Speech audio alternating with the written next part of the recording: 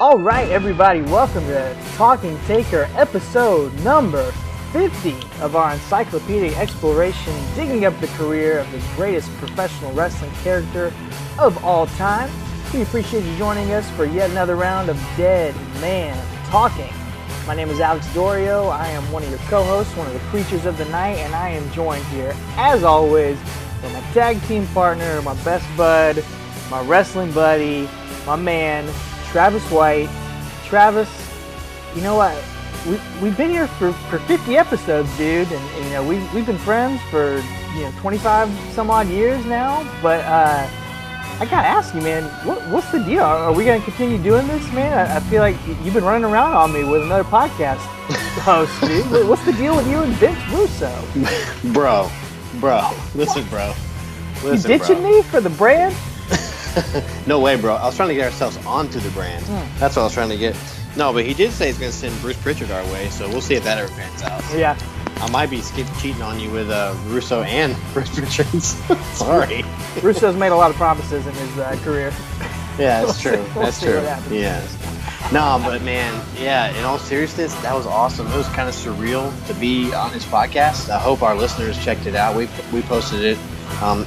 Once it goes on YouTube, we'll post it on there too, so you guys can check it out. It was really cool. But yeah, he let me put over Talking Taker podcast, and he let me ask him a question too. So I asked him. Fill us in on what he told you, in case people couldn't see it or are not subscribed. Yeah. If you're not subscribed, it's just $3.99 a month, right? For all sorts of podcasts and video content. Yeah, eight podcasts a week. 5 of them are him. The other 3 you can skip. Some of his you can skip, but it's less than $1 a week, and there's no commitment, no long-term contract, nothing. It's just so if anything, sign up and watch the show I was on, and then get rid of it. Doesn't matter. So anyway, but I asked him a question. I said, can you please help us, me and Alex, figure out this question? Like, why were the Undertaker's parents buried in Long Island? Because when you guys dug up the caskets, Raw's in Long Island. He's like, what do you mean, bro? Without missing the B, he's like, what do you mean, bro? What do you mean, bro? He's like, quit busting my chops. And so he said, basically what he told me was that they were buried in Babylon, Long Island, which I had to look that up. Apparently it's a nice area there. He said because they had a summer home there. It got too hot in Death Valley. They liked to vacation in Long Island, so they had it written that whenever they passed away, they'll be buried in Long Island. And that puts that mystery to rest in peace, if you will. So he just made that up off the spot. It was great, though. I loved it. I love that he didn't miss a beat. I buy it. Yeah, I'll take it. Yeah. And he gave me his blessing to share it with our listeners. He loved the idea of this podcast and what we can do with it. And said Pritchard would definitely love to have. I'm sure he's too busy to do anything. But the fact that he even mentioned that was really cool. I know for you and I both, just to hear that. So really cool. Don't agree with everything Russo's done. Probably not half of it, but he's got a really good mind for the business a lot of times. So especially it's just really cool that we're covering all of his stuff at this point in Undertaker's career. So it was neat to ask him some questions that apply to this. So there you go, man. 20 years later, getting some continuity here, getting some answers, some conclusions out of Vince Russo. Who would have ever thought that when we started this 50 episodes ago, man? Almost a year ago. That's awesome. That's incredible. I know, it's crazy. So thank you to our listeners that are out there to support us. Our numbers keep growing every week. Strangely enough, our highest download episode is Ground Zero. That surprised me. Very surprising. But it's a great match for sure. Yeah. I thought Hell in a Cell, maybe the first one would have been it, or even the 1998 one, but I guess everything's been done to death over that. But yeah, thank you guys for the last 50 episodes, and we're looking forward to 3 times as much before this is over. So hang in there, folks. Yeah, I just want to reiterate that too. I just want to say thanks to everybody. We started this just kind of on a whim a year ago, and we're not gonna toot our own horn.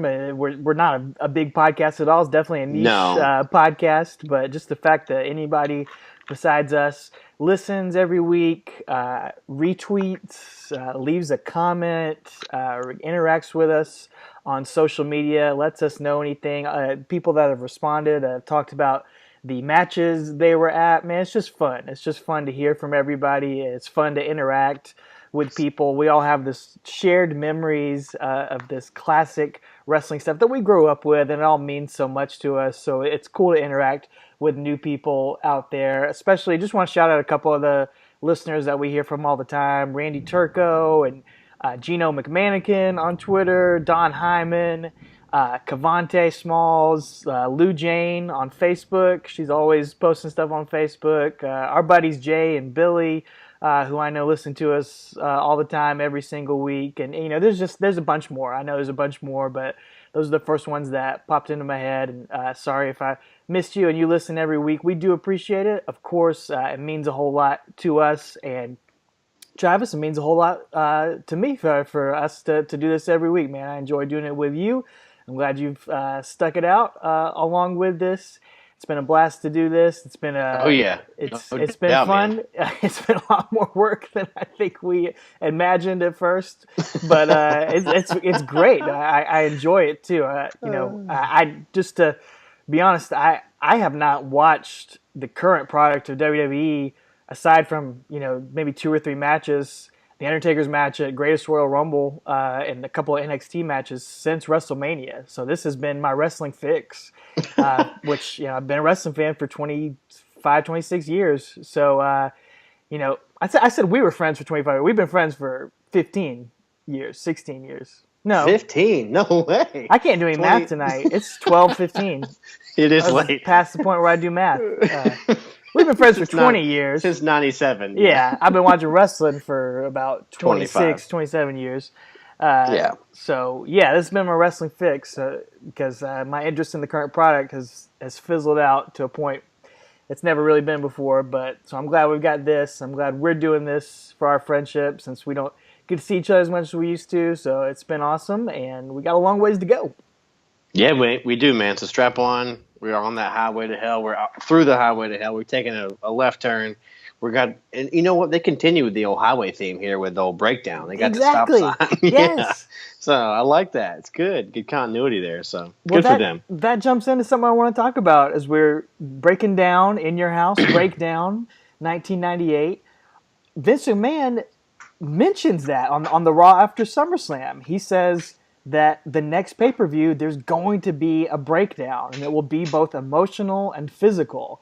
And we've talked about this a lot in our show, the difference between what was going on 20 years ago and what's going on now. But look at that. There was a reason why this pay-per-view had this name. It's not just there slapped on the side of it just because you got to have a name for a pay-per-view. It had a reason. Like Great Balls of Fire. Oh, my God. Exactly. Yeah.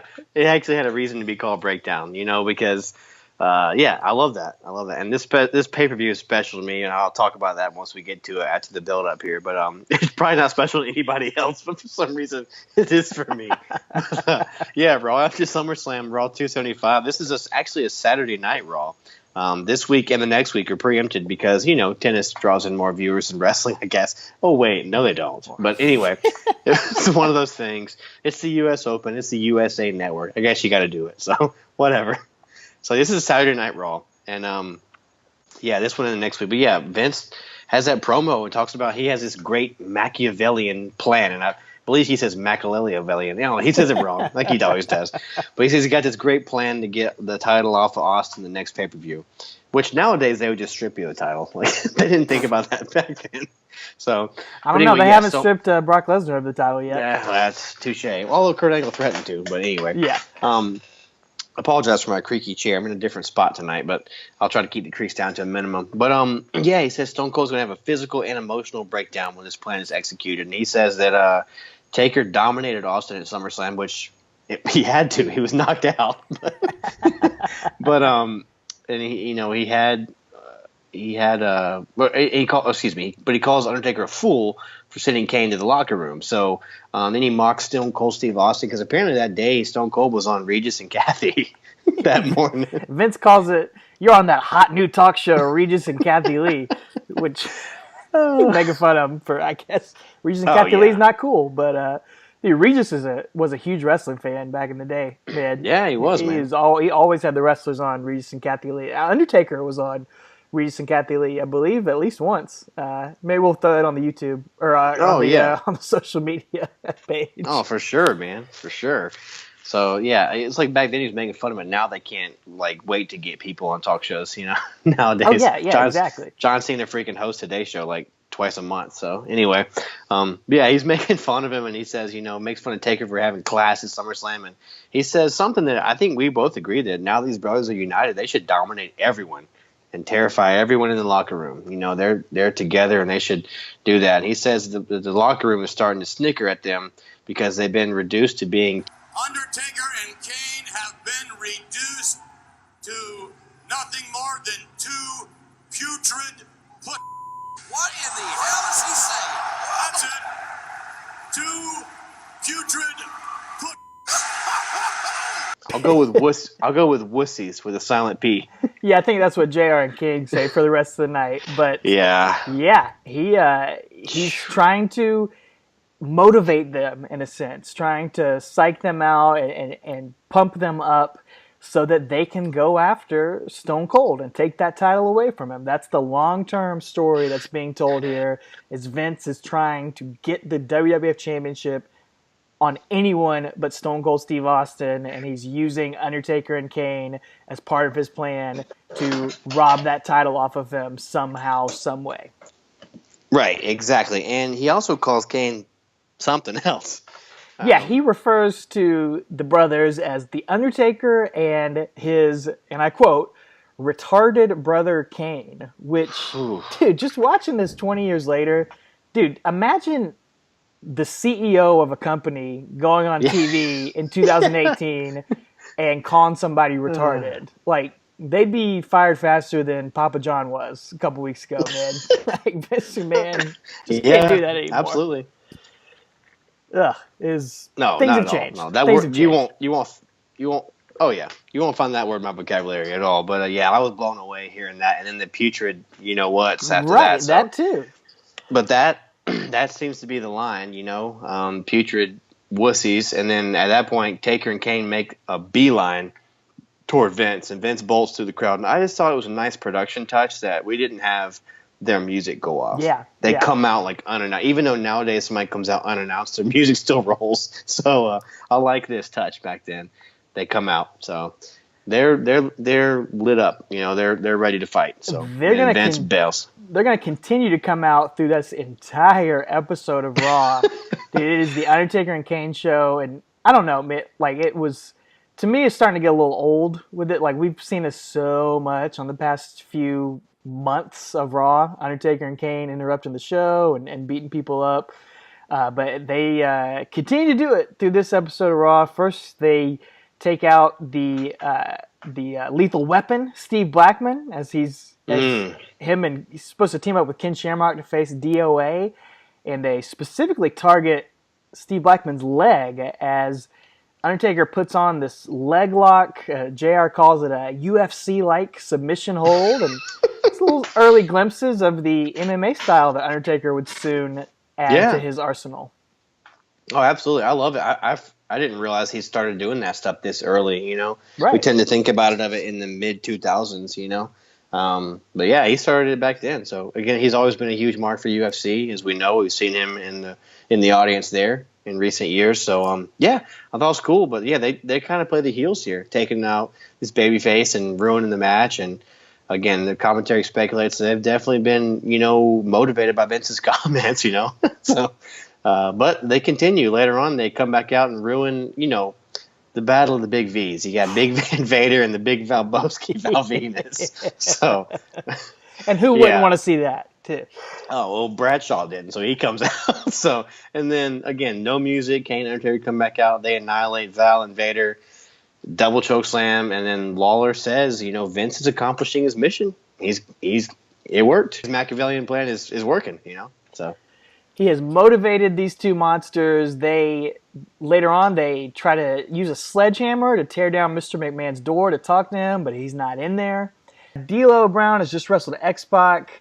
Undertaker and Kane come out to attack them, but The Rock actually comes out to make the save here and kind of begins a babyface turn a little bit here. He starts telling off the brothers, throws a towel in Kane's face, and gets a chokeslam for his troubles here. So this is sort of the rise of The Rock here to the main event scene that we're going to see play out over the next few weeks. again, Undertaker playing a role in it, maybe an ancillary role, but still, like we talked about that so much on the show, just how big of a role he has in all these guys, careers and just their rise to superstardom. It's just insane how much he touches.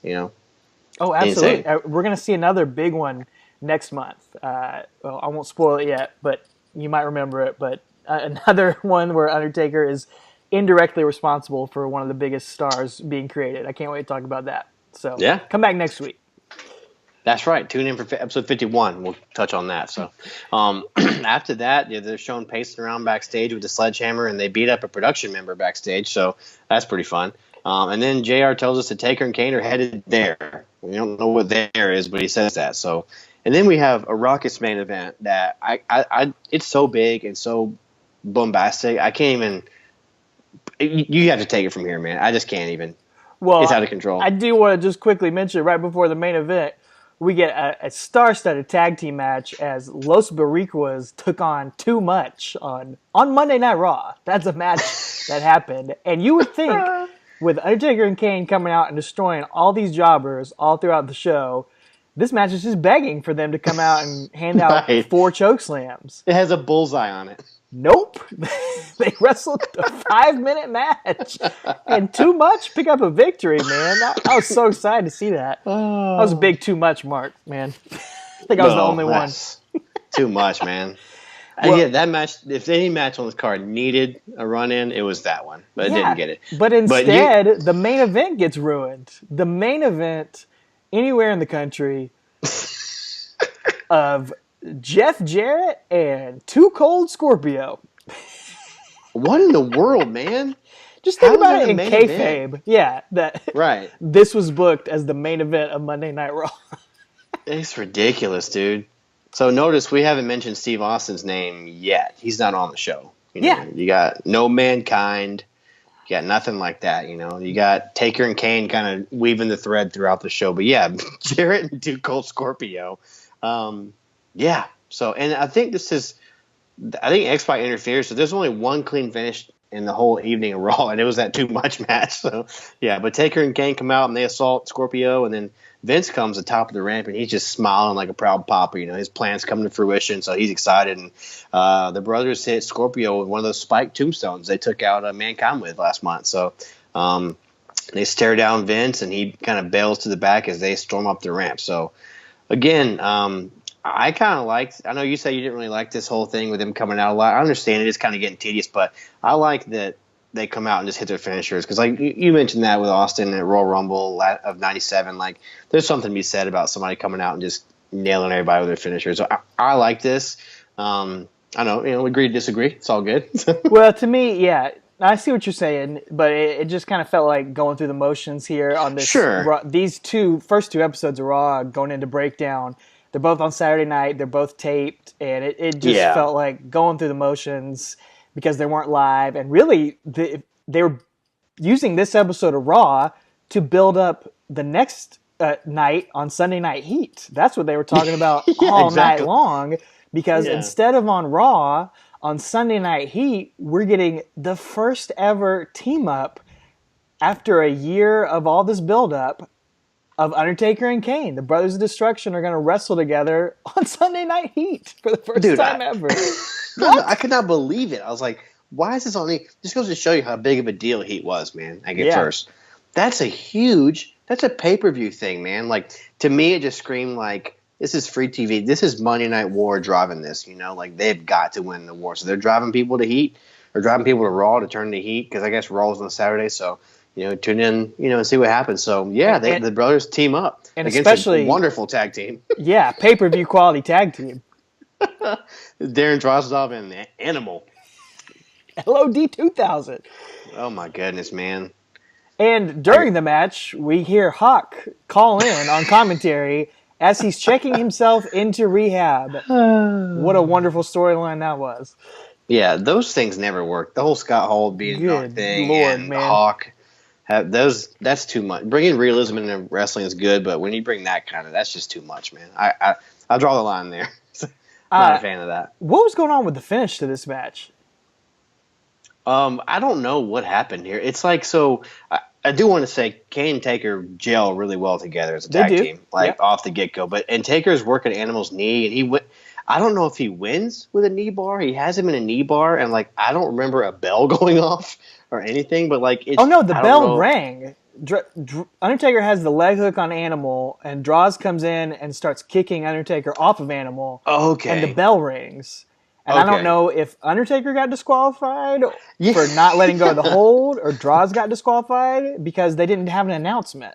Right, I've got no clue, man. For some reason, Undertaker and Kane couldn't get a clean finish over Draws and Animal. What? After they just beat up the whole roster? Are you kidding me? Well, I mean, yeah, this is Draws, an animal. He's gonna puke. He's gonna puke. I wanted to puke after watching that. Yeah, this match made me want to puke. But yeah, I'm not sure what happened, but Vince is watching on from the ramp, and Kane chokeslams Draws, and Taker just won't let go of Animal. Or I think that's how it goes. And the commentary again tells us that Vince's master plan is going to be revealed tonight. Tonight's the night for the master plan to be revealed. So, yeah, we'll see what happens here. They're not done yet, Undertaker and Kane and Vince, because Taker and Kane, halfway through the show, they drag out the Stooges. They drag them out from the back by their ties. Yeah. And Undertaker gets on the mic and tells Vince he's got 10 seconds before he destroys the Stooges. And the crowd, of course, they count it down, much like they did during the Iron Man match a few weeks ago. So yeah, that's been going on for years.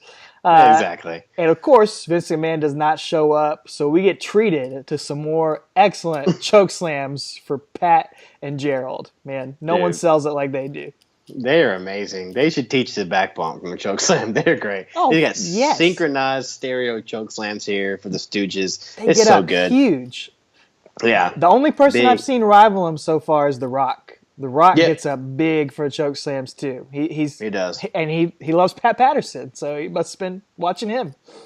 Yeah, absolutely. So, and then that's still not all. This is a really packed show of heat, episode of heat. So, lastly, Vince comes out to reveal his master plan, and he comes out and he's wearing a black suit, and he's like, "Guess you're wondering why I'm wearing black," or does commentary say that? I don't know who says it, but he says, "Yeah." Many of you must be wondering why Vince McMahon is wearing black. Literally, no one is wondering that. No one. I just thought you were on a Johnny Cash fix. I don't know, man. Maybe you're going to a funeral. Who knows? But yeah, but he says he's wearing black because he's in mourning. So he says that Steve Austin will be at the next pay-per-view, and the brothers come out, and Vince starts to head out of the ring at this point because he says Stone Cold will be there at September 27th, and Stone Cold's reign will die. So he's eulogizing Stone Cold Steve Austin's WWF Championship reign here. So he says that the match at Breakdown is going to be for the WWF title. He says Stone Cold Steve Austin is he says that the Undertaker obviously is deserving of a rematch for the title, and that Kane is also deserving of a rematch for the title. So the only thing missing is Stone Cold, and Stone Cold comes on out for Vince to make the official announcement. At first he says that Kane will be the number one contender, and then he says Undertaker will as well. And we are going to get our first ever triple threat match on this podcast, at least. Yeah, absolutely. Not the first in WWF history, but the first one involving The Undertaker and Stone Cold and Kane. Yeah, absolutely. And the crowd loves Austin here, man. They are all over him. They want him so bad, and it's just so good. But yeah, it was. Those of you who watch wrestling for as long as we have, you knew what was coming. Even back then, it's like, oh, he's the number one contender. So is he? Okay, triple threat. But like back then, it may have been. Triple threats weren't really big at this point in WWF. They've only done.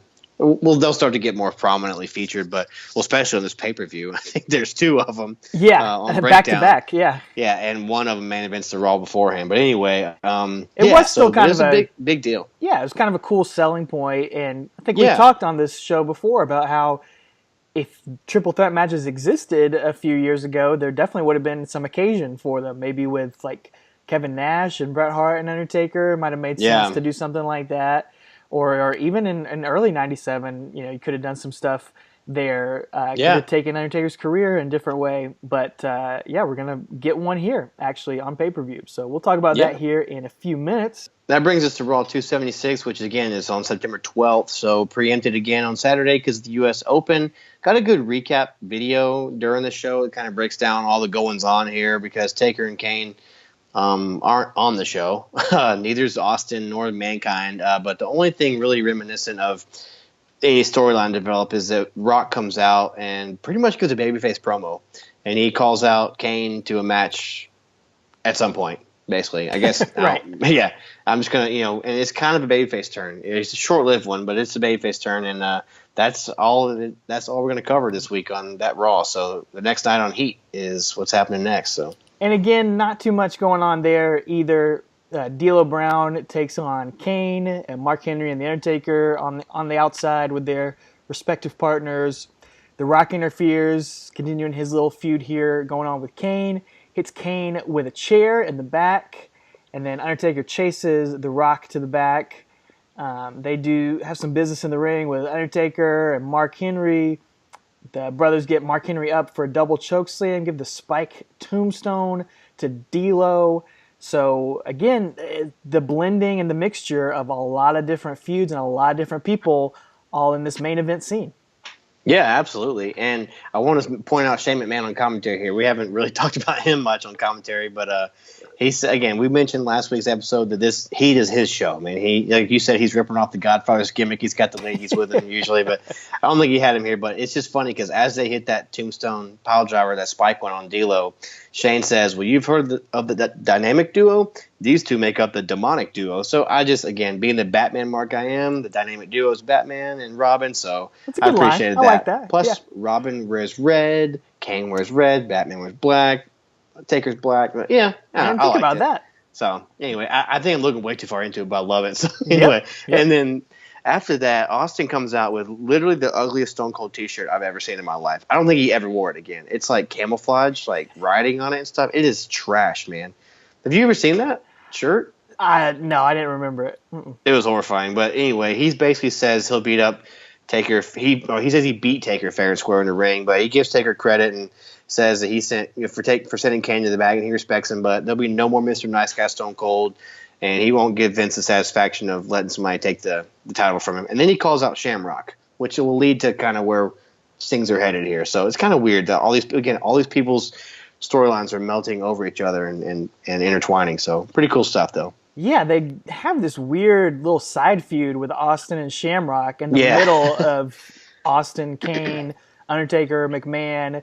It's, I love when there's multiple things going on and multiple people involved. It almost feels like a little bit too much going on at this point to kind of keep track of, and almost watering down a little bit of it. I like the WWF title picture to just kind of be one main focus. But, I don't know. It's easier for us to keep up with, too. Yeah. So that all gets bundled and blended in here together on September 14th Raw, number 277. With my wife's 10th birthday. Wow. She was 10 on this episode of Raw. Yeah, well, we were 12. So, Sorry. Anyway. She's not 10 right now. Vince Russo. No. She's 30. Yeah, Russo asked me about high school girls when I was a high school teacher. It was weird, man. He's got this Howard Stern fetish thing. He loves Howard Stern. So yeah, if you guys check that out, he does ask me if I hit on my high school school students or whatever when I was a teacher. So I told him no thanks. So happily married. Anyway, moving on. Yeah. Anyway, just the main idea here of this opening segment, you've got the main guys out there, Stone Cold McMahon, Taker, and Kane, and Vince again saying he's sick and tired of Austin having the title, and he says he's never going to forgive what Undertaker and Kane have done, but he's willing to work with them. He's going to scratch their back if they'll scratch his. So he lays out some new stipulations here. He says that, or Vince, pronouns pal, Vince says that if Stone Cold lays a finger on him, then Undertaker and Kane have been ordered to destroy Stone Cold. So that's one thing. And now, here's the important part. The match at Breakdown, Triple Threat, it's got a new stipulation there too. and that's that Undertaker cannot pin Kane, and Kane cannot pin the Undertaker. So they can only pin Stone Cold Steve Austin here. They are going to be forced to target him to get the win. So in Vince's mind, this is stacking the odds against Stone Cold Steve Austin. And we'll talk here in a little bit about why maybe he miscalculated there. Yeah, exactly. And, and he says, if that way, if you lose, like you said, you screwed yourself basically. And so at this point, this kind of sets Austin off, and he gives him this is where he gives him the bird, I think. He just goes nuts and beats him and everything. And then Kane and Taker, again, they've been ordered to retaliate, so they do. They do. They, start beating him up and give him a double choke slam, and they got the crowd is just booing. This is the first we've really seen the crowd absolutely booing Taker here. I mean, Yes. we've talked about these shades of gray and stuff, and I want to mention that later on because it's something I know from listening to Russo. But anyway, well, they're working for Vince McMahon now. Yeah, exactly. We're seeing the evidence of it. Yeah, they've kind of been in that gray area, but now they're doing Vince McMahon's bidding, and Vince McMahon is the biggest heel in the business. He is, man, and this is kind of pre-corporation stuff. It's really cool to see it. The seeds kind of planted here, and my favorite part here is that Vince starts mocking Austin's little, like when he gets down and wiggles his head and does the jaw jacket and flipping the birds, and it's so funny to watch Vince do it because he's so clumsy and uncoordinated. It's so good, and then Kane and Taker leave behind Vince, which is it's weird to see them being so corporate. And Taker says, Austin, listen, nothing personal. It's just business. Yeah, we're seeing that, Vince has these guys in his pocket. It's a business decision, whatever you want to say. But, yeah, this really gives a definitive heel, aura to Kane and Taker here. We're definitely Kane, but obviously Taker here. I get it. He's been a face since February of 92. So it's really a big deal, kind of. Oh, it's huge. Yeah, it's a huge evolution and development, and it's going to change his character for the next year or so. It's going to evolve into the Ministry of Darkness, corporate ministry, all that sort of stuff. From him, following business here, chasing the title and chasing the money, I guess, too. It's a very interesting turn here for The Undertaker, the supposed conscience of the WWE. Yeah, absolutely. And I guess I'll save my comments for Vince's plan. Or should we? Let's talk about it when we get to that. Yeah, we'll wait. We'll wait till that. Yeah. Because, again, Kane can pin Undertaker. Undertaker can pin Kane. Or can't, excuse me, cannot. They cannot. Brothers can't pin each other. They have to pin Austin. Again, Vince wants the title off of Austin. So let's put a hold on that, and we'll pick it up when we get to it. But, some flaws there.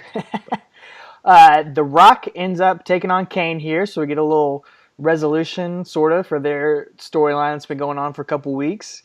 And The Rock is quickly becoming so over second hottest babyface in the company. Man, he is getting enormous reaction. The crowd is just dying to start cheering for him, dude. Yeah, it's great. It's really fun to see. It's really cool. So they are just like I always say, Austin has been the palm of his hand, man.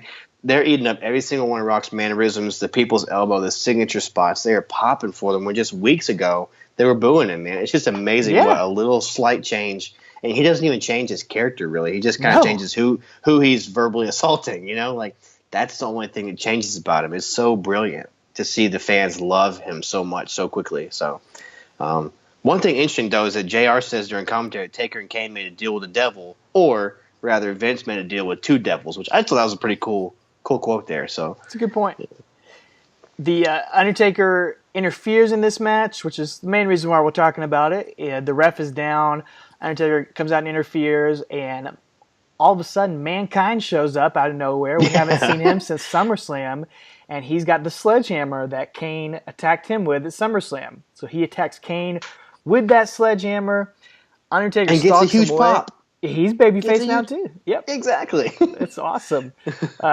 And Kane, the big story here is Kane can't sit up. He tries to do the zombie sit up here, and he can't do it after the sledgehammer.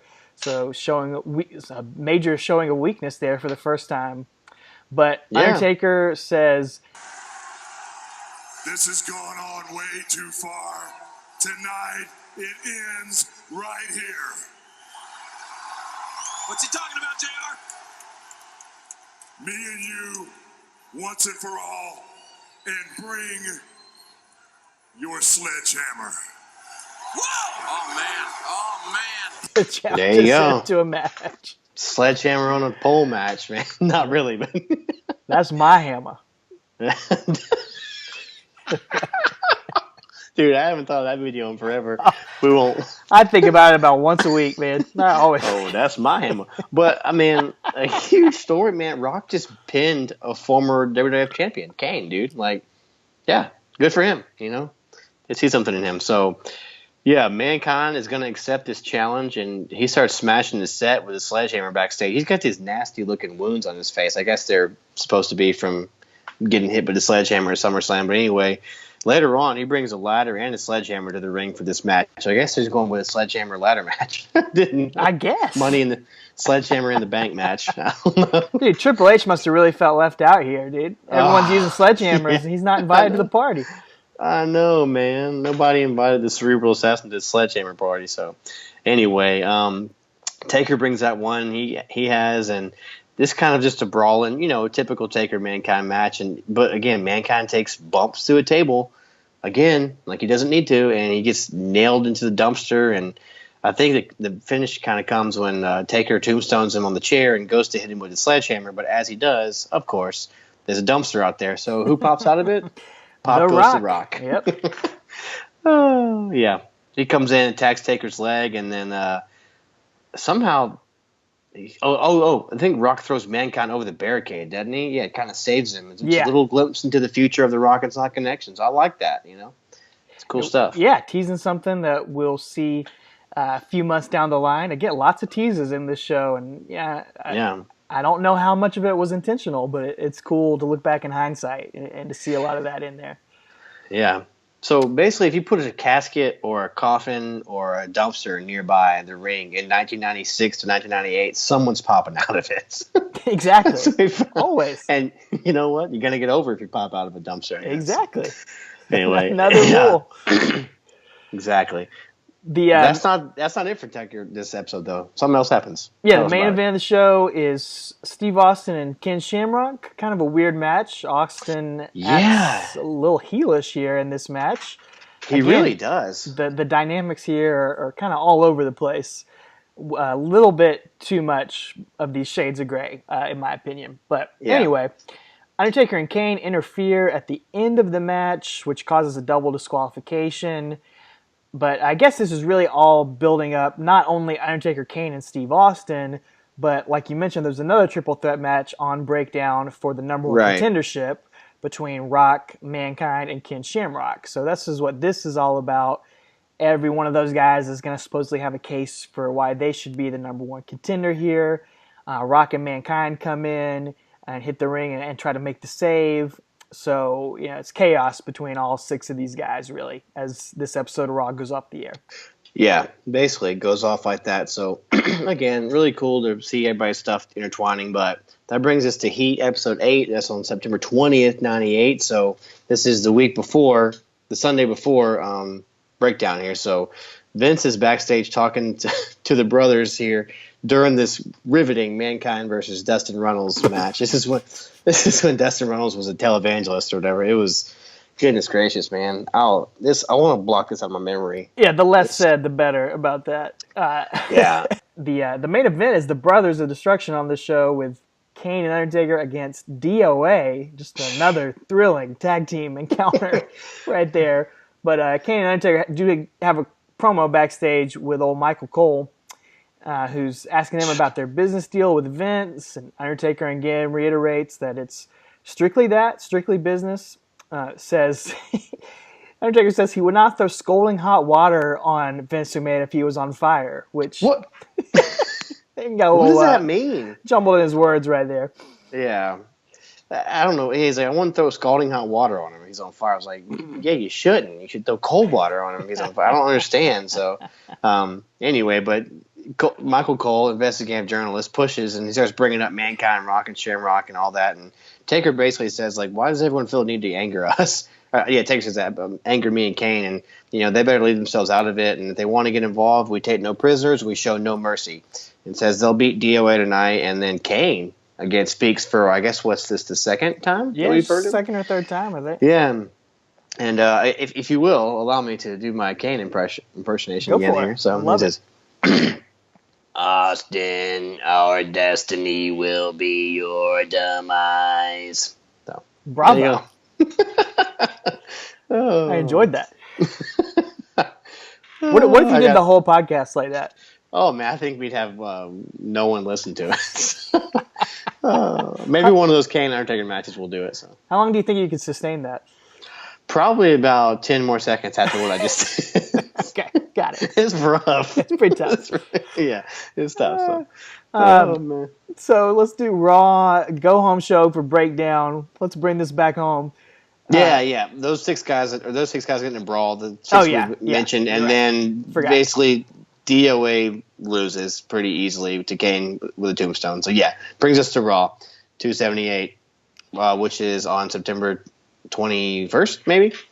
So week before, 6 days before breakdown. So yeah, you talk about this one because I didn't write it down for some reason. Okay. Rock joins Shamrock, Mankind, and Vince, who are already in the ring to open the show. That's the second week we've seen that. They're already kind of in the ring, so that's kind of cool. So, but at this point, Kane and Taker are guarding the entranceway. So you see them even, again, it's a business decision, they say, but they're even working more with Vince here. And Vince says Austin has to choose a partner to face the brothers tonight. He doesn't want any of these three guys, Shamrock, Mankind, or Rock, to be the partner because he makes a match. As you mentioned, there can be a triple threat match to be the number one contender to face the WWF champion on Raw next week. So again, breaking this down for you, whoever wins this triple threat between Shamrock, Rock, and Mankind will face the winner of Kane, Taker, and Austin. Whoever wins that, they'll face them next week on Raw. So I like the storytelling there. I appreciate that. I do too. Yeah. These matches have stakes. They mean something. Yes.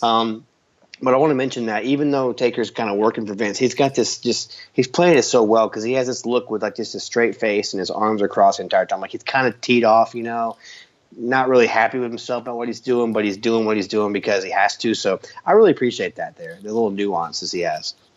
Good stuff.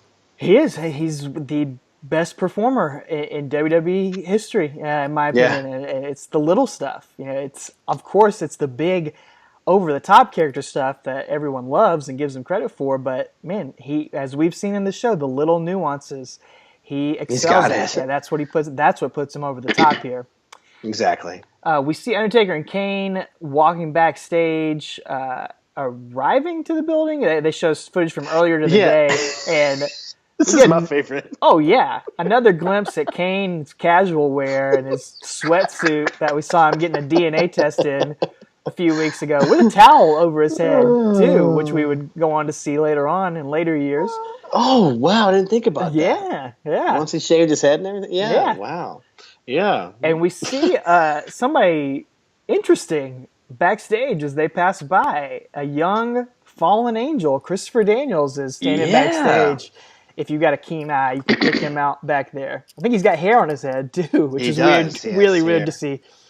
It's weird because I think you and I both noticed that was him, It didn't even take me a second. I just like, oh, that's Christopher Daniels right there. But it's one of those weird, it's weird that he's never been a full-time, on their roster, especially nowadays, everybody's there, or everybody's at least come through, he was allegedly supposed to be the higher power, wasn't he? So yes, I believe 99. Bruce Pritchard has talked about that on his podcast, and maybe Vince Russo too. That was their original pitch, to be the higher power in the Ministry of Darkness. Which, can you imagine that? Yeah, I was gonna say, imagine the Undertaker dust would have been sprinkled on him from that. How crazy would that be? But yeah, anyway, quick little cameo back there. If you blink, you'll miss it, but. Cool stuff. We like to see those kind of Easter eggs kind of hidden throughout these episodes. So, anyway, good stuff. But yeah, this is my favorite thing we've seen so far. Is this footage of them arriving? He looks like Johnny Cash. Taker does, and Kane's got his windbreaker and his ski mask on. It's awful. Well, my favorite thing had to be the match itself. We see Undertaker and Kane, and I completely blocked this out of my memory. They take on Stone Cold and their mystery partner. Drum roll, please. Billy Gunn. What? Oh. Billy Gunn? Dude, didn't he win a King of the Ring next year? He does. That's right. Oh my goodness, that's crazy. I was He's so let still down. a tag team wrestler with Road Dogg at this point. This is just Yeah, out of nowhere, man. I test run for a Billy Gunn solo push. I don't know what this was, but yeah. I mean, it happened. yeah. Why not Triple H? You know, like Well, he was hurt. Yeah, he had okay, knee injury at this point. But okay, why not X Pac? yeah. Why Billy Gunn? Yeah, he's a tag team wrestler. Yeah, I have no idea. Maybe they wanted a big guy because he's a big guy. Billy Gunn is. So I don't know. Vince loved him, man. Gave him chance after chance after chance. Yeah, he did. So yeah, but yeah, I was so let down by this. I didn't remember who it was. And Vince is angry backstage. He's like, "What the is this?" You know, he's mad at the Stooges for some reason. Like it's their fault. Right. This happened. So, but man, his crowd loves Austin. Oh my gosh. Yeah. I can't even put over enough yeah, it's out of control, man. I can't believe this happened. So. Taker and Kane get a choke slam on Billy Gunn. Neither one of us wrote down who won, so I can't remember. I guess it doesn't really matter. It doesn't matter. That's just weird that Billy Gunn was in that match. So Oh no, take our minds off of things. I wrote it down. Taker and Kane win with a choke slam on Billy Gunn. Yeah, Oh, they Austin win. hits. You're right. Austin hits both of them in the head. I think with a chair after the match. Hits Kane and Taker in the head with a chair. So, yeah. So that's how it goes. Yeah, I was too enthralled with Billy Gunn's appearance on my screen. So lost sight. Well, Mankind and Rock and Shamrock is again the main event, so we're supposed to be finding out who the number one contender is going to be. But what do you know? Taker and Kane interfere before the match is over. They attack everybody in there, give a double choke slam to The Rock, and they go to leave, but then attack Mankind again as Austin attacks Vince out in the aisle. Yeah. So again, Taker and Kane are busy doing their own thing, which leaves Mr. Man open and vulnerable to attack from Stone Cold. They do eventually chase him off there, but that's how we go home, heading into Breakdown. Yeah, that's that, and it's just an interesting finish. You know, it's not as hot as SummerSlam was. You know, I think again, I'll talk about this pay-per-view in a second, but it's not as hot, but it's still some neat stuff. It definitely cooled off a little bit since SummerSlam. But one thing I want to know, man, is where in the heck is Paul Bearer? Where is this? Where is he? Yeah, you guys at home are probably listening, wondering why haven't they talking about Paul Bearer yet?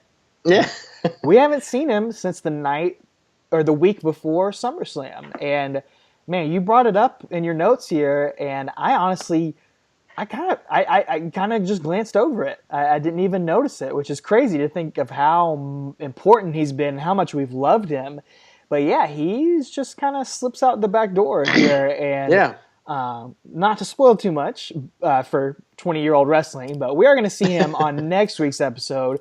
Finally do return, so he's going to be back shortly. But yeah, interesting that he doesn't play a role. I guess there was too much other stuff going on for them to try to fit him in there. I'm not sure. Or maybe he went on vacation with that girl who was screaming in his house. Hello. When Undertaker broke in there. Who knows? Hello. Maybe he was in L.A. or New York. Who knows? But anyway, speaking of so much going on, I want to say that it's really funny seeing all these. You all right? I'm great.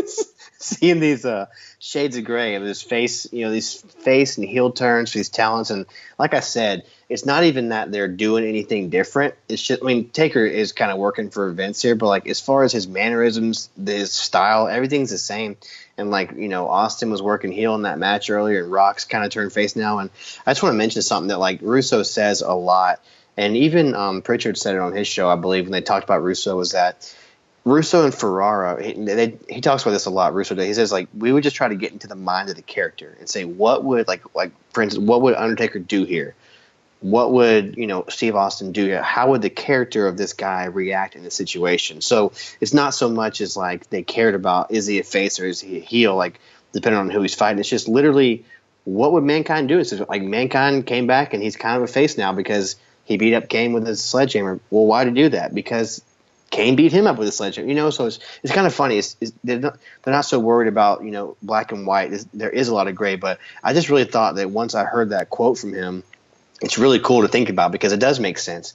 It's more about character based reactions, like a TV show would be. It's not necessarily, good versus bad. So I really like that. And that kind of puts a little bit of a perspective of where these guys were coming from and why everything is so muddy and gray, because they were just worried about how this particular character would react in the situation, So I think we could use a little bit more of that nowadays rather than just, oh, we hated each other for 7 months, Braun Strowman and Roman Reigns, now we're tag teaming together. It's like, no, still have some animosity there, So anyway, that's my soapbox for now. No, yeah, I think you notice just going through the length of our episodes, there's just so much more nuance and character stuff for us to talk about. It's not just us because we love to hear our own voices. No, there's so much more depth to a lot of this stuff than Undertaker and Kamala. And Kamala is black and he's afraid of coffins because apparently all black people in wrestling are afraid of coffins. Yeah. Big fat. And fat people. Black people and fat people. Yeah, apparently, according to WWF in the early 90s. That was for that storyline. And those aren't our thoughts. Like you said, there's all these layers to all this stuff. So there's a lot more to talk about here. And there's even more on the Heat before breakdown. I'll just try to sum it up real quick. Yeah, go ahead. Vince adds one more stipulation to the main event, and that's that if anyone interferes in the main event, that Stone Cold will be stripped of the WWF title. So, again, just another obstacle for Stone Cold to overcome. Vince also does something important. He guarantees that Austin will not leave as the WWF champion. So remember that heading into the match. Then they do all this business where Mark Henry comes out. Vince puts Mark Henry in a match later on tonight in a steel cage match against Stone Cold Steve Austin to try to soften him up for later on. So that's going to be the main event of Heat. The cage comes down, and Mark Henry actually gets attacked by China before the match. Because that's been going on all month, too. Oh, God, yeah. Which leaves Vince McMahon stuck all alone in the cage because Undertaker and Kane are standing outside of the cage before this match. Except he's not alone. There's a cameraman in the ring. The cameraman takes off his wig and his hat, and it's actually Stone Cold in the cameraman's outfit to get a few punches in on McMahon before Taker and Kane could come in, and Austin climbs out. So, again, we see Austin has got the odds stacked up against him, but he's not giving up here, man. He's ready to fight. He's got a nice beard on. I love it. It's like weird seeing him with a beard. So. I loved it. Yeah, it was awesome. It was awesome. So that and Vince ends the show again, reiterating that he will be holding the WWF Championship at the beginning of Monday Night Raw tomorrow night because Stone Cold will not leave the arena with the title in his hands. Subtlety, everyone. This is a man's strong suit. But yeah, it is good storytelling, and I appreciate it. No, it is. And I know you appreciated this pay-per-view back in the day. I do, yes. That brings us to Breakdown in Your House, September 27th, 98, from the Cops Coliseum in Hamilton, Ontario, Canada. So another international incident, if you will. But I've been waiting to talk about this show, man, because this show is special to me, not because there's any 5-star matches on it or anything, but this is the very first WWF VHS that I ever owned. So I bet no one else can say that. But for Christmas in 1998, I got this and a Sting Unmasked, the WCW. Which I remember that one. You remember that one? Yeah. If I can find them in my basement, I'll put a picture of them on our social media. But I wore both these tapes out, man. I loved it. Again, I'd seen plenty of wrestling at this point. I'm an avid fan for the last year over that since you and I met. So seen plenty, rented plenty, but I hadn't owned one myself. So I owned this one. My parents got it for me. They just picked one that was out, So I love this show for some reason. Yeah, just because, it is, man. And so it holds a distinction of being my first ever, owned pay-per-view. So I remember everything that happened on the show. I'll never forget it. And just like I said, I wore this and Sting Unmasked out. Love them both. They were good. So anyway, I've been looking forward to talking about the show because of that. So it's really nothing to write home about once I watched it again this week. So. Yeah, I think it's almost underrated. Like, I think there's some kind of sleeper matches like Owen Hart and Edge in the opening match. That's just really cool to think about. You don't think about those two guys intersecting their careers. Right. But they open the show. The triple threat with Rock, Austin, and Mankind is really fun. The steel cage match, their number one contender match is good. Main event. Oh, yeah. I don't know. We'll talk about it. We'll get to it here. Let's talk about it. Let's talk about the promo beforehand first. Yeah, well, there's a cool opening package about the master plan. It's got a lot of MLK and military and JFK quotes and stuff. Really, really well done. And that when I was watching this back this week, it's really stood out to me. I forgot that was from this pay-per-view, but I remembered I was taken back to when I was 12 years old again, just watching this. And JR and King on commentary. This is also the show where Christian debuts. So I remember, I'll never forget seeing him. But we got the and the Hardy Boys are on Sunday Night Heat. They are, as the actual Hardy Boys, not as jobbers anymore. But they're still they get a win. Yeah, they get a win there. So yeah, big stuff happening in WWF. So we got Michael Cole investigating he's backstage with the Demons of Destruction. So they got their name too. So. And Taker says it's nobody's business who's going to walk out the champion. He and Kane have an understanding. We'll see the total annihilation of Stone Cold Steve Austin. And then the camera zooms in on him as he rolls his eye, and we have a new piece of the Undertaker's outfit. And I flat out forgot about this.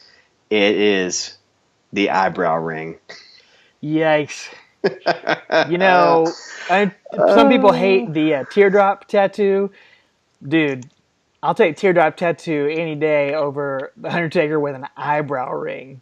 Dude, hard pass. I got no idea why he had that, man. Was it supposed to make him look hard or something, or edgy? I don't know, man. It does not age well. No, it looks terrible. Terrible. Oh, speaking of bad decisions, so Thank you. Which brings up what we started to mention earlier. Yeah. Before the match, we get a cool video package as always, and then King and JR are talking, setting up the match. Jerry Lawler brings up the point. In my view, no WWF champion has ever had the deck stacked against him, the odds against him that Stone Cold Steve Austin has. Come on, I am so sick of hearing that, JR. Let me tell you what the real truth is. See, Kane and The Undertaker, they're the ones that had no choice. They can only beat Steve Austin. But Steve Austin, he can beat either Kane or The Undertaker. So he can beat two men. He's got double the chances, double the opportunities to win this match. And we also heard it's really in his favor. And what about Mr. McMahon's interference rule? Well, now that's a different story. Exactly. I agree wholeheartedly. And that's what I wanted to say earlier. I'm glad we saved it till now. But I'm like, okay, first of all, King's probably getting yelled at in his earpiece if Vince is covering this. Oh, yeah, because he keeps bringing it up during the match, too. And I can just imagine Vince on headsets backstage. Or Bruce Pritchard, or Bruce Pritchard's yelling at him in his earpiece. You're killing the gimmick, King. Exactly. But I'm thinking, from a kayfabe standpoint, Vince is obsessed with getting the title off Austin. Why wouldn't you say Kane and Undertaker can only pin each other, and then ding-ding-ding, bell rings, knock Austin over the top rope, one of them lays down, and the other one pins him. Like, that way you get the title off of him immediately. The match is 5 seconds long. Would it be a schmoz finish and take people off? Absolutely. But that's what wrestling does sometimes. Like, that, to me, that would have made more sense from a kayfabe standpoint. So I didn't really get it. And then, like I said, I was thinking about that, and then watching this match, King just brings it up, and I was like, whoops. Well, I guess you couldn't do that because, as we see later in this match, Undertaker and Kane couldn't decide who was going to be the champion. So that might not have worked. But I understand what you're saying. Yeah, it was, it sounded good on paper, but then once you actually start to think through the logic of it, it starts to make less and less sense. Which is a Russo criticism. You know, sure. He fairly gets that. Russo definitely deserves criticism for that kind of stuff. So. Do you think when Kane came out, though, so Kane comes out for this match, to me, there was no reaction for him. You know, I was reading this guy on Reddit has been putting up these old Wrestling Observer recaps. He's been posting these things for 20 years ago, just kind of talking about old Observer, some of the news and reporting on there. I was looking at the ones leading up to this show and reviewing this show, and Meltzer brought up that the crowd was kind of dead, and he thought it was because the show was too long, because they had Sunday Night Heat right before it, which was different. They used to just have maybe one free-for-all match. Now, like we talked about, there was a whole episode's worth of build-up like all the storyline stuff on Heat and 3 or 4 matches on there. So now break down this main event. It's like the 13th or 14th match on the show. It's sort of the same problem that we're starting to see with these 5-hour pay-per-views that they're putting on nowadays. He speculated that killed the crowd here, and I think the match probably wasn't all that to write home about either. But yeah, you bring up a good point that the crowd's kind of dead from the get-go. That's an excellent observation by him, man. Like, yeah, he's right, he's wrong, it is what it is. But yeah, that's a fantastic observation. It made sense, and yeah, that's why we get what we get today nowadays in these pay-per-views. So yeah, but yeah, Kane comes out. Honestly, I don't think it's any reaction, and King starts saying he doesn't like the Kane is alone. I'm like, it's a triple threat. Like, it's going to come out alone. But anyway, but then JR's like, well, maybe it's not brotherly love like we're meant to believe. So anyway, Undertaker comes out next to a better reaction, but still not what we're used to. I mean, he gets noise, but he comes out with his game face on, JR says. So, and as he's coming down the aisle, something happens. Stone Cold attacks him with a steel chair, hits him over the head with it. Then he nails Kane as well, and the 3 of them brawl in the aisle or around the outside. And it makes sense. That's exactly what Austin should be doing here. Yep. He's got his back against the wall. He's got to do whatever he can to take an advantage here. He's got 2 monsters against him. What else would you expect him to do? Very, very well done start to the match. Oh, yeah, I love that. I love when it seems like it's real, like when you get the kayfabe, like we mentioned in last week's episode with SummerSlam when Taker went for a pinfall right at the beginning of the match. It's good stuff to see like it's real and it means something. So, yeah, there's a lot. This match is really slow and kind of plodding. A lot of brawling around the outside and in the ring. And it's a story-based match. Exactly. It's telling a story throughout, which I appreciate. Sure. But it was kind of hard and slow to watch at points as well. There's not a ton of exciting action and moves and stuff that happens. So, it's a mixed bag for me.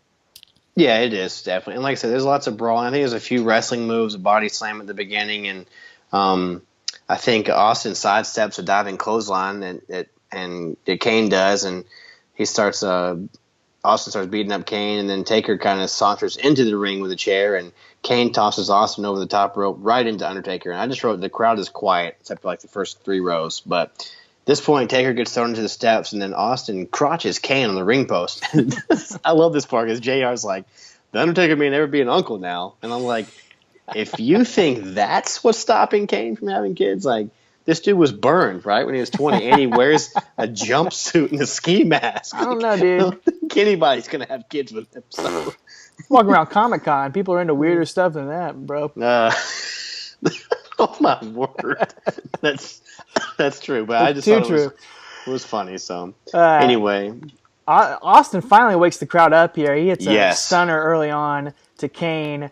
Gets a 2 count, but Undertaker pulls him off here, and that's going to be, Austin's not going to get a lot of offense in here. He's selling like a mug in this match, man. The whole match, dude, is Undertaker and Kane just picking him apart. Austin's going to do what he can to kind of create some separation between the 2 of them, but it's just going to be complete dominance for the meat of the match from Undertaker and Kane, double teaming him. They do some stuff on the outside, like Austin uses a cable to choke Kane out, and then Undertaker comes up behind him and uses a cane to choke out Austin. Nice little triple threat spot here. I like that. Kane and Taker drop Austin down onto the Spanish announce table and wear him down on the outside, and that's going to bring the Stooges out to watch the match in the aisle. Yeah, again, a chorus of boos. I keep saying the Stooges are over as heels, man. Like, the crowd hates to see them. They know something stupid's going to happen. So, and I just wrote again, Austin's selling like a mug, man. He is selling so much. He doesn't get a good rap for how well he can sell, especially at this point in his career. He's usually on the offense, it seems. But anyway, lots more double teaming up the aisleway. Again, it's the Attitude Era, so you got to brawl up the aisleway and toward the crowd. So Austin has a hope spot and makes the crowd come alive for a second. Then he gets backdropped on the floor again. Dude needs to quit taking backdrops on the floor. Yep. You got a bad neck, man. And then probably one of my favorite parts of the match, he just attacks Briscoe. It's great. He just goes swinging away at Briscoe up there. I did appreciate that. Absolutely. Yeah, and then Sergeant Slaughter actually hits him. I don't know if he was supposed to, but he actually hits Austin there. So I thought that was cool. But anyway, Kane and Taker drag him back toward the ring, and commentary's selling how he's going to be on his last legs. And again, more double teaming, some hope spots. Kane chases off Earl Hebner, and Austin was in a leg bar from Taker, and then finally he gets out and Mudhole stomps Kane in the corner. Austin chants at this point from the crowd, and at this point I think he grabs a chair. So Austin grabs a chair and is able to nail Kane with it for a 2 count. But then Undertaker, again, takes Austin down, nails him with the chair, I believe, and covers him. And here's where things start to get exciting and pick up. Yeah. Because as Undertaker is covering Austin, Kane pulls the Undertaker off of the pin. So finally, after about 15 minutes, we get some dissension between the brothers as to who is actually going to get the pin on Stone Cold Steve Austin. And that really wakes the crowd up, too. They like seeing the dissension between the brothers. They liked seeing them team up for the first time, and they like seeing them fight here, too. So Undertaker returns the favor to Kane right afterward as well. Kane goes for a pin, and Undertaker pulls him off. Yeah, and then he actually nails him from behind. The crowd pops for that. Yeah, they finally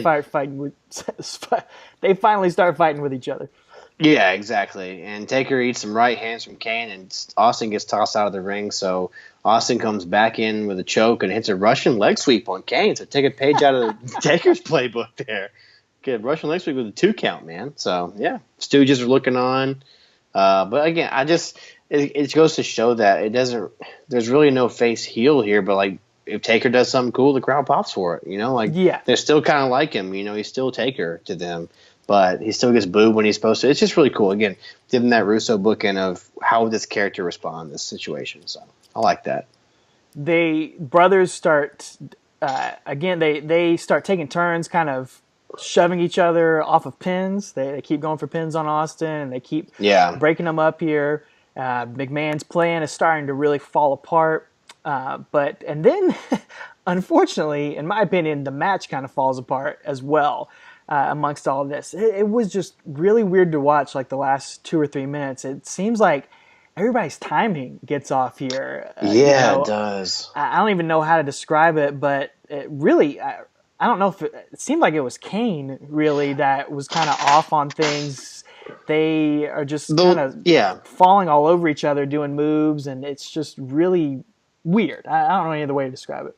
Yeah, it's strange. Like they hit the double down, clothesline spot where Taker and Kane are both down, and after that's when it really just falls apart, like you said. Yeah, Austin gets up and he tees off on both of them, and then Kane tries a power slam, and then he misses an elbow, but like Taker was supposed to go for the elbow, you could tell, and then he hits it afterward. It's just very strange. Like they forgot what was supposed to happen, and then Kane goes for a tombstone, and Taker goes up to spike it, but then Austin like shoves Kane into Taker and crotches him on top rope, and then he goes for a stunner, but then he gets shoved into a big boot by Undertaker, and then here comes the finish of the match. I'll let you take it from here. So it is very weird, though. The timing's off for sure. Yeah, it's not exciting. It's not well done, but it leads into Kane and Undertaker hitting a double choke slam.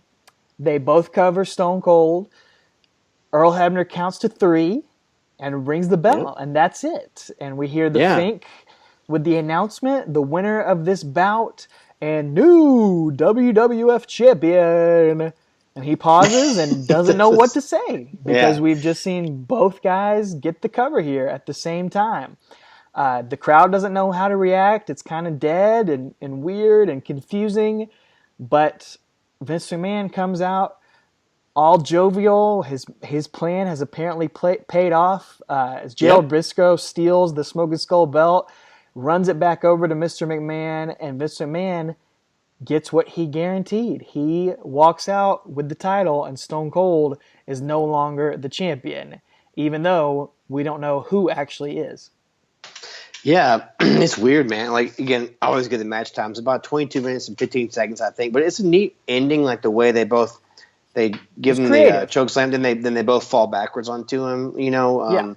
We see some more innovations of that later on in wrestling. But it was really cool. But like, yeah, the timing was so off there, and it is weird. It's like, well, who I don't know. It's a far cry from the Hogan must pose, as Pritchard says. It's a far cry from that. So yeah, and Austin chases Vince to the back, kind of, and Vince he runs into a white limo and he rides away as Austin basically beats up a bunch of old men in suits. So he beats up the Stooges.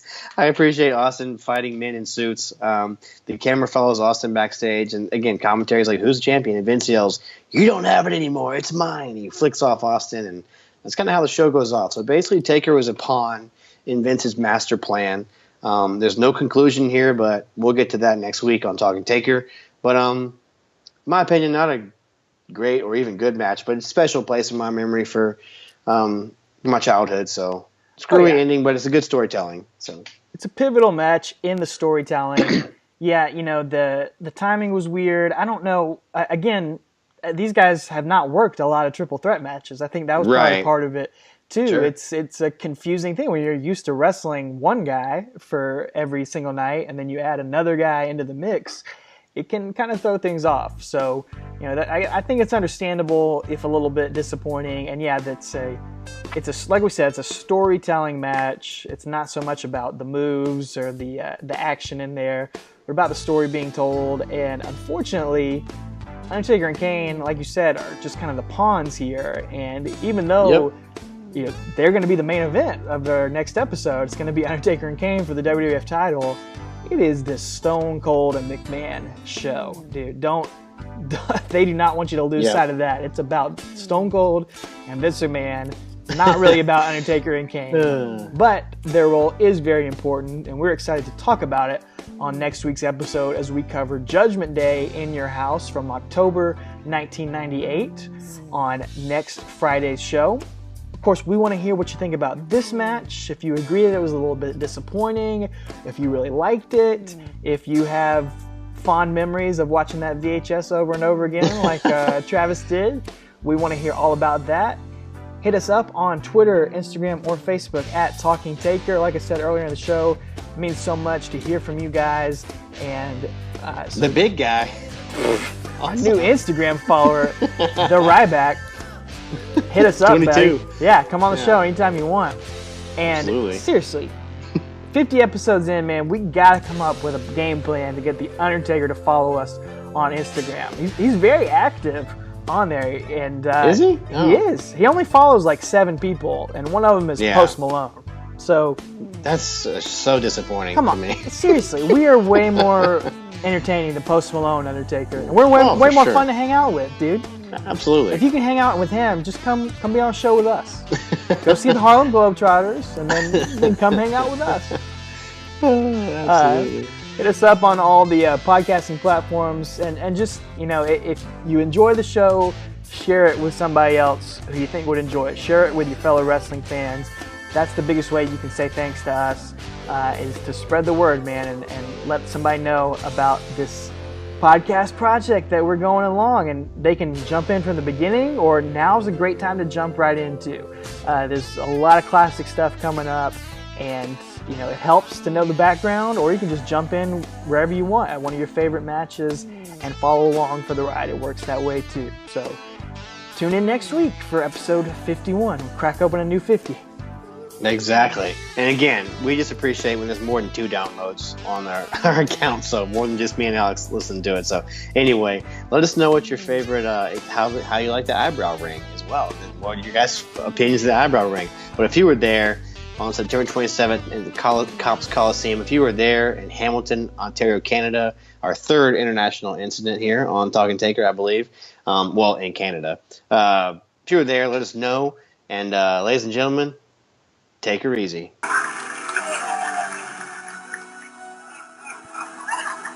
Kathy Lee. Regis. Shall we all sit down and relax? Tim, I had no idea. Yeah. Let's sit down, guys. How tall is he when he sits down? 6'11". Why don't we sit down? Oh, you don't need to sit. Oh, he doesn't need to sit. No, he don't at all. No. Are you ready to go tomorrow night, Undertaker? What you fail to realize, Mr. Regis, this is not about winning and losing. This is life and death. Really? What did Hulk ever do to you? Yeah. What did he ever do to me? He is a self-righteous pig. Whoa. You Now- say pagan or pig? Pig. He said pig. Pig. And tomorrow. And as y'all make fun, as you make games, this is life and death. Who's making games? Death. Death is our business. Death is your business. I I know understand. that. And business is good.